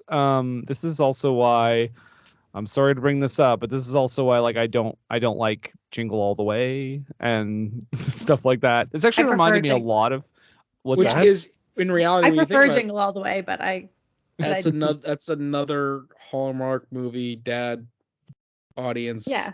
Yeah. movie. It just it reminded me of that movie a lot, and I don't like that movie either. But this No, is I agree. yeah, this is like worse. But Yeah. but yeah, I would attempt head. It's not a full throated fuck this movie, but it's it's not anything. Sorry, It's- Adam. It's thankfully less than 90 minutes long. Yes, it is 91, I think, with credits. So it's like Yes. 7 or something. Yep. Yeah. What about Um, you? What about you, Nathan? Worth a watch? Well, I'm not gonna say worth a watch, but I am gonna say a drunk watch with friends. I Oh. think I had a little more fun than you guys did watching it, but I think that's because there is a slight bit of nostalgia for me. While I don't have the, Adam's love of it, I'm assuming because it was a big part of, like, maybe he owned it on video or something, or saw it a bunch of times, or you with your renting Masters of the Universe a million times. I have seen this movie more than a couple of times in my life, usually on TBS back in the day. I think Patty actually used to have a VHS copy of it. And so when you said we were doing it, I was like, okay, that's the movie with the Ramones jokes in it.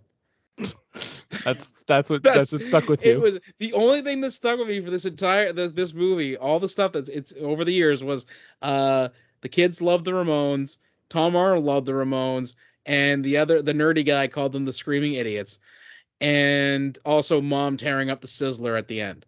I'd forgotten that Kim Coates was in this movie. That's how long it's been since I've seen it. But I had a good drunk watch. I had a good drunk watch with me.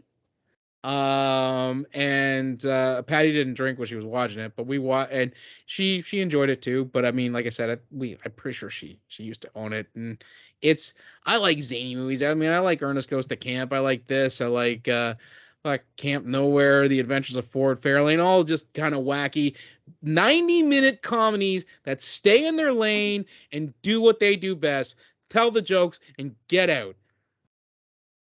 Sorry. Right. I can't stand like overly long comedies because it's like, you know what, 90 to 100 minutes and that's it. You should stop at that point. Otherwise, it's too much. So there you go. We've had our say on it. But don't go anywhere. Don't touch that dial because things have dials, young man. We will be right back. What were they thinking? NPR bot, please initiate NPR protocol. Vroom vroom beep beep. Here I go. Damn. I must say I'm thoroughly impressed with Milosh's programming skills. He's definitely taken down a lot of the aggressiveness that NPR bot used to show. You could say NPR bot has had a recently good track record. Okay.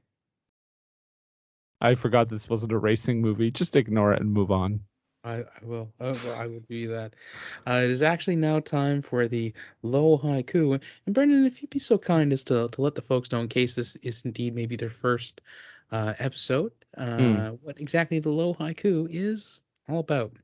The low haiku is 17 wonderful syllables, breaking down the movie we just talked about in more than that. Okay, all right. And Jerika, as our guest, we would invite you to grace us with your low haiku first. They had him tested, but Travis isn't crazy. I guess he cheated. Very good, very good. Excellent. Thank you. I believe actually Travis's family is from an affluent neighborhood, so he would be eccentric, not crazy. Brendan, you have any little haiku for us? Yes, and I've been working on it for months and months.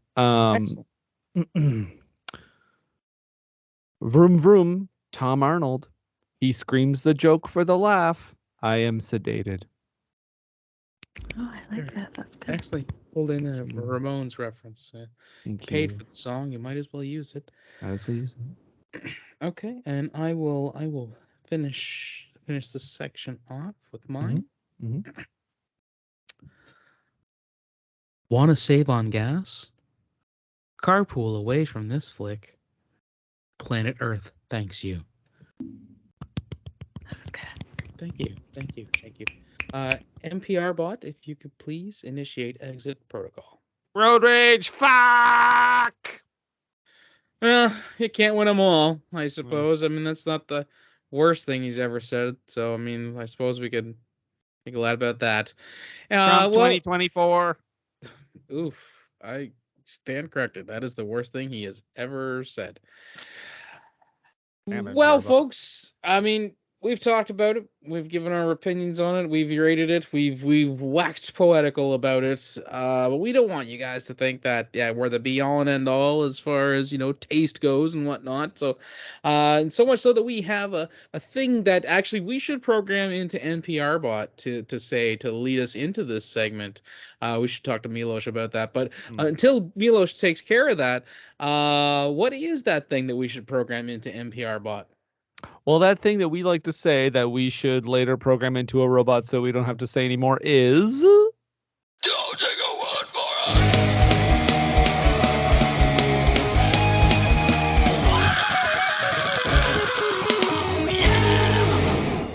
That's right. Don't take our word for it. Brendan, I mean, this is clearly a Chris Farley, David Spade knockoff. So, I mean, and that kind of comedy has its fans. So, I mean, this probably did gangbusters, right? The critics probably loved this. Oh, they loved it. Only 23 of them. I mean, they can only locate 23 of the reviews from critics, and a whopping 13% said yes. Oh, okay. But I mean, the audience. This is a real broad comedy, and not that You can't it say that appeals anymore. to women. Oh, okay. But it appeals to a broad audience. Mm. So the audience must have loved this Spady and Farley-esque hijinks. The David Paymer fans came out to play because 40% of the 5,000 people said Carpool. Okay. All right. Assuming Okay, that's well, the review from all of them. But I will tell you, Nathan, that if you liked this movie, and I know we all loved it, you may also like the following. You may like Getting Even with Dad, Turbo, a Power Rangers movie, Cop and a Half, Sea Spot Run, and a classic that we've covered on this show before, Magic in the Water. let me see. The Power Rangers movie is the only one I haven't seen. A couple of those might be coming up sometime. Just FYI. Here's hoping. I know Sea Spot Run would definitely get Patty's attention. She'll give it a glowing review. But all right, well let's move into it since there's not a whole lot of critical talk about it. Let's jump into that and then get to what the loony bin had to say. Well, like you said, this movie genuinely filmed in Seattle. So, of course, John Hartle of the Seattle Times chimes in and says, watching a Tom Arnold movie is like getting trapped in a room with a barking dog for 90 minutes. Oof. I would argue the barking dog probably cuter, though. Okay. Well, Madeline Williams from Cinematter, she wrote, a rather inane and dull family comedy. Carpool is merely a bundle of chase cliches surrounded by unappealing characters. 0.5 out of 4. Oof. Peter Stack from the San Francisco Chronicle says, Carpool, the new Tom Arnold comedy, is one ride to avoid unless truly idiotic car chase slapstick comedies are the destination genre. There you go. He gave it 1 out of 4 stars. I'm just going to do one more critics one because there's not a whole lot of them. I'm going to do one of the positive reviews here from Billy Mowbray of Film 4. Loud, silly, and chock-a-block with madcap slapstick. Hiller's film may have an alarming plot premise, but it's innocent enough for all but the youngest kids to enjoy. Okay. All right. Let's see. My last one comes from Jeff Weiss of the Desert News out of Salt Lake City. So I'm assuming like Stephen Izzy's next door neighbor. And he writes, a really unfunny comedy that makes the Three Stooges shorts seem like humorous masterpieces. Jeff, they are humorous masterpieces, you fucking Philistine. Yeah, are the Stooges? Is he trying to say the Stooges movies normally are terrible? What's wrong with them? I guess they're supposed to be lowbrow, I guess. Oh, I guess. My last one is Marjorie Baumgarten from the Austin Chronicle. Nothing about the movie makes much sense. 1 out of 5. Okay. All right. Yeah. Fair. Right, well, let's see what the booby hatch had to say about this thing. All right. Well, the going into the audience reviews here. My first one to read here is from Matthew M, who says Tom Arnold plays another one of his characters in Carpool. He always chooses the unique or obscure comedies to star in. I think he just likes them the most, judging by his recent autobiographical, in some sense, tale, The Kid and I. This is just classic Tom Arnold. You should check it out if you like him. Otherwise, you might not like it at all, since most of the scenes include him in it. 5 stars. Much like this movie, that review took us for a ride. I mean, all over the place. Yep. At the same time, though, to save gas. Exactly. My first one comes from John M, and I can only assume that's John Mulaney. And he writes, a forgettable and stupid movie with some funny situations. 2 out of stars. Came to slay. We've got Dina S, who says, saw this on Netflix this week. 5 stars. That's all it takes. It's on Netflix. 5 stars. This person did not leave a name. Howard! And they said, Carpool? Carpool? Carpool? Carpool! This is no Warner Brothers comedy. This is a very poorly written, poorly directed, and poorly acted piece of trash. I watched this movie in its entirety 2 times, grin face, and did not laugh even once. A terrible waste of talent. Even the Simpsons movie and Surf's Up are much more enjoyable. Half out of stars. So why the Simpsons movie and Surf's Up?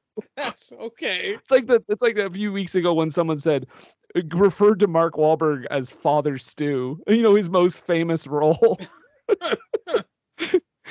Oh my god. Well, my next one comes from Chris H, and I can only assume it's Chris Hemsworth. And he writes, for some reason, keep watching this when it's on TV, even though I know it's bad. Gets points for entertaining me as a child. 3 out of stars. Very good. Thank you, Chris. So this one is also unnamed. Oh. A very entertaining film, but lacked good acting. Also very unrealistic. 2.5 stars. Very entertaining, but here are the fatal flaws. Okay, this one's from Deneve T, who simply says, this was the afternoon movie, not a bad family movie, 4 stars. Okay. My next one is from Paul W. I can only assume that's Paul Wright, aka The Big Show. Mm-hmm. And he writes... Paul Wright? Paul Wright. White? Okay. Right? I think you said right. Oh, sorry. Paul White. I was like, well, big reveal. aka The Big Show. And he writes... fun kids comedy with Tom Arnold really stealing the show and making it worthwhile to watch. 3.5 out of stars. That was me. He's yelling with the. And he's choke slamming the movie. Yep. Exactly. Yep. Yeah. This one is from Gabriel, and I love it because it's Ice Cube seemingly loved this movie. 2 stars out of 5. What? Why does Ice Cube love this movie? I don't know. I'm so confused by that. Do they know something? Yeah, like does Ice Cube have like some hot takes of this movie? Wait, does Ice Cube have a Letterboxd account? I need to find it now. It's only Carpool. It's only Carpool. So it's like only like, do you think he loves it because he was in that Are We There Yet movie? That's what I'm thinking they're getting at. Okay. But like, that movie's not like this movie, is it? I mean, I've never seen it, but I don't think so. I'm getting to the point where I can see the logic in the fucking audience reviews. God help me. Okay. My last review doesn't have a name. Always loved this movie. A feel-good, laugh-a-lot movie. Hee hee. Tom Arnold is just one heck of a guy. In movies, so funny. 4 stars. Okay. Well, my last one comes from Flash G, and I can only assume that's Flash Gordon. Oh, wow. And he writes, I was an extra on this movie. Cool! 5 out of stars. Oh, my. So my last one is also not named, but here's their life story. I wasn't really intending to watch this movie, but in some luck, it was on TV, and I was too lazy to change the channel. But it actually turned out to be good. Loads of gags and funny moments. Loved the idea of the lighter gun. Performances were weak. Actually, very weak. Could have been better. ... 3 stars out of 5. Wow, that was that I know we said it already about another review, but that was another ride. Yeah. It took me on a journey. There you go, folks. That's it. That's we've talked about Carpool and had our say on it, and then the critics had their say on it. We wrote some poems about it and things like that. That's going to stop talking about a movie that was, middling at best when we really get right down to it. I'm not the only one who crumples up their notes. We're gonna talk about some things that we do like, or things that we watched recently that we did enjoy. It's the dance craze sensation that's sweeping the nation. That's right, folks. That can only mean it's time for the What You Watching, Bud?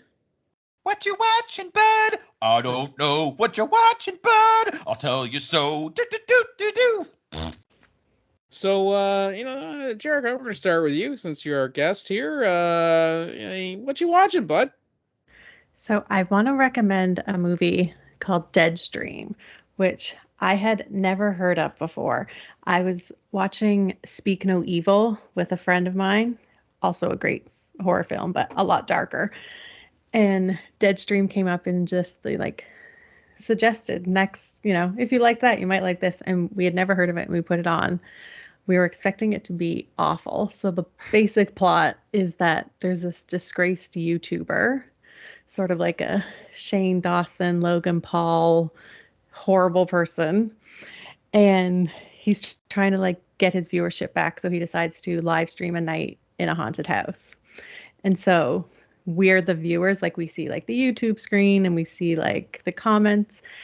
The main character at the first was really obnoxious, but as it went on, I have to say, it's a horror comedy. Genuinely made me laugh out loud several times and also scared the hell out of me. I watch a lot of horror movies and I'm not usually that scared, but this one got me really good a couple times. I screamed super loud at one point. It was very embarrassing. And I had never heard of it, but it's one of the, it really works as both a horror and a comedy. And I don't, for the great. Yeah, I don't know where it came from. I don't know where it went, but I definitely recommend it to anybody who is into horror. It's on Shudder. Yes. Shudder for anybody to watch. Yeah. Oh, the second time it's been recommended on the show. I might have to check it out. But what about you there, Brendan? What you watching, bud? I watched a little comedy called Carpool, and starring Ed Asner. I had a free rental on the old movie theater website, so I decided to rent the comedy that just came out last year called Bros, starring Billy on the Street and Luke McFarlane, who I think mostly comes from Hallmark movies before that movie. It's a romantic comedy with all LGBTQ cast and playing the roles too. It's not you don't have a somebody camping it up as a gay character when they're clearly Brad Pitt or something. And Billy Eichner apparently said they went out of their way to make sure that happened. It's a very charming movie. It's not it's not an amazing movie, but it's certainly a very charming movie, a very funny movie. It might be a little bit on the long side, and there's absolutely a great cameo from a gay icon that was just wonderful. It's one of those cameos where a celebrity shows up as themselves, but they are they act like a total asshole when you expect them to be really sweet and nice. So that was funny. Good sport. Billy Eichner surprised me with how good his acting was in a movie like this, because I've just seen him basically yelling at people on the streets and doing that.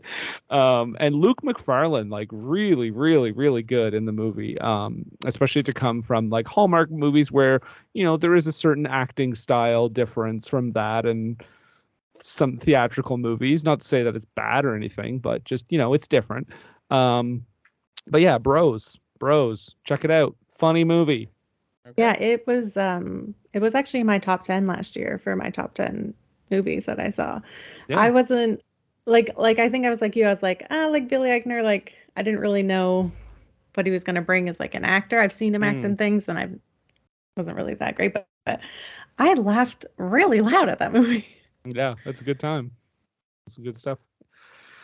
What about you, Nathan? What you watching, bud? Besides Carpool. Besides Carpool, I jumped into a deep cut on the old Tubi. I watched Z Master IP Legacy, which is one of the IP Man sequels, offshoots, however you want to put it.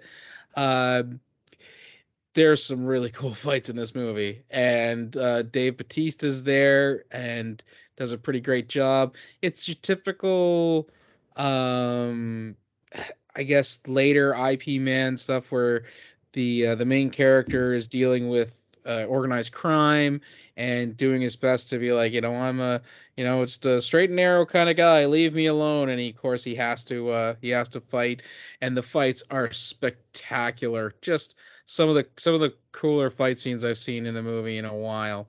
I had a great time with it. Of course, all the other IP Man, I think all the other IP Man movies are on Tubi, but this one is for sure.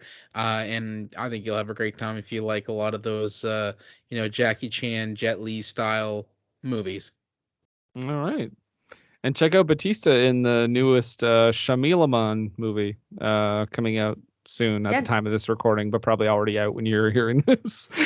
I haven't seen it. I know it's coming out. I'm going to see it at some point. I've read the book, so I'm interested in seeing how the adaptation The trailer is. gave nothing away except for the entire movie, though. What a twist. Yeah. Unless there's another twist that they're just not telling us. But anyway. There are some things that happen in the book where I'm like, will they keep it the same or will they change it? And I'm excited to see. Do they end up at the beach from Old? At some point, do they realize they're on that same island? Wait a second, I'm old Batista now. Better start swimming.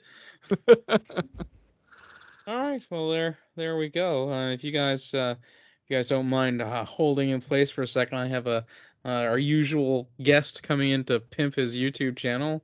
Just give me a moment, I will go get him.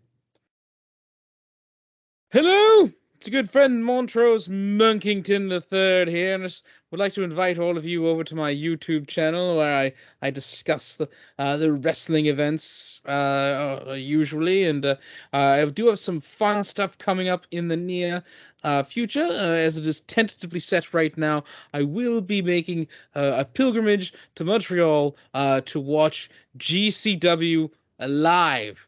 Now, unfortunately, I don't believe I will be posting match-to-match results as I usually do, but I will be filming videos and vignettes, which will be edited into a rather large supercut for that YouTube channel, Montrose Monkington TV.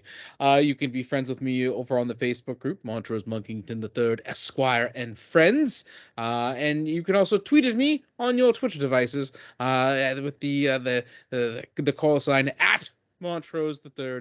That's the number 3 RD. Thank you. More later. Yeah. Thank you, Montrose. You're welcome.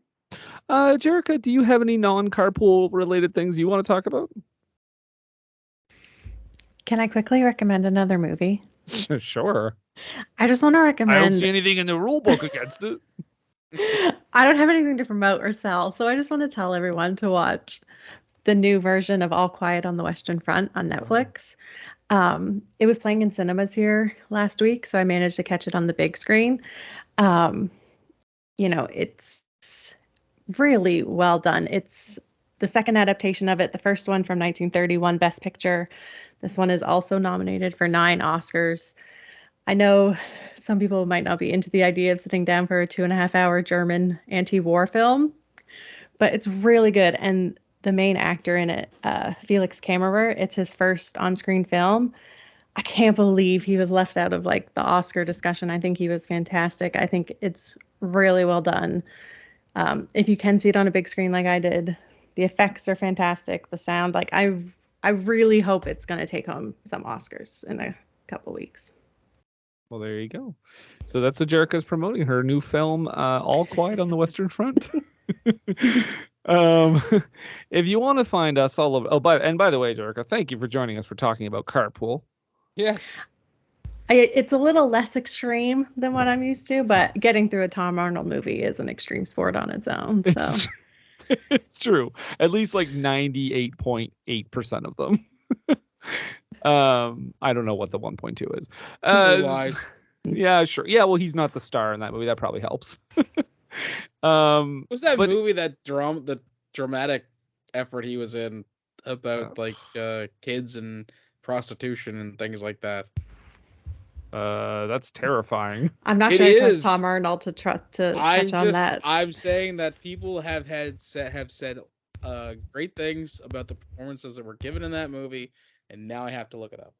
Okay. Well, while you do that, I just want to say that you can find our podcast all over the place. We're on all the podcast apps. Of course, our home base, though, is Age of Radio. Big time! You can go to ageofradio.org/whatweretheythinking. We're also on Facebook. Just search for us there. We're on Twitter and Instagram at WWTT Podcast.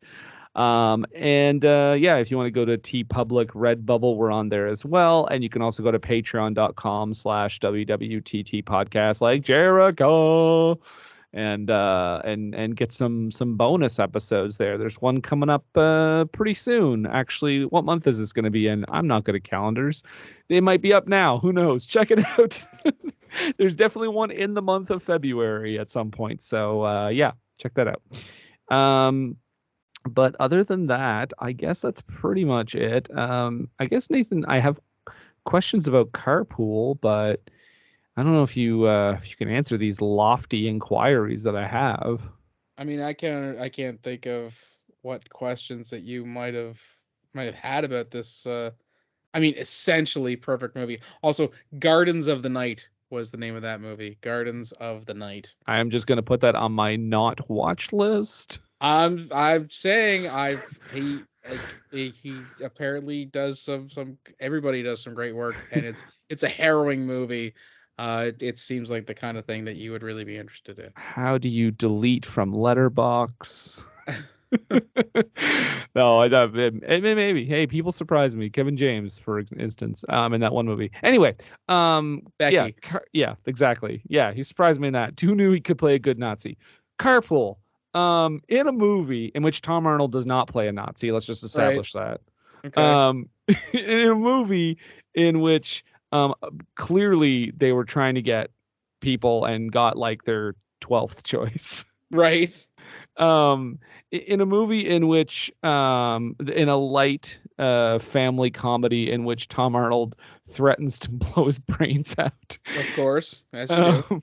In a movie in which a carnival is seemingly run from a storage locker in Washington State. In Washington State, clearly not in Canada. In a movie in which Kim Coates and Rhea Perlman have this past relationship, which now makes me question, because they're 10 years apart, as Jerika said, and I want to know how long ago this relationship existed, because that might make it even worse. So there's that. I guess I just gotta ask, Warner Brothers, all the people there. Yeah. What were they thinking?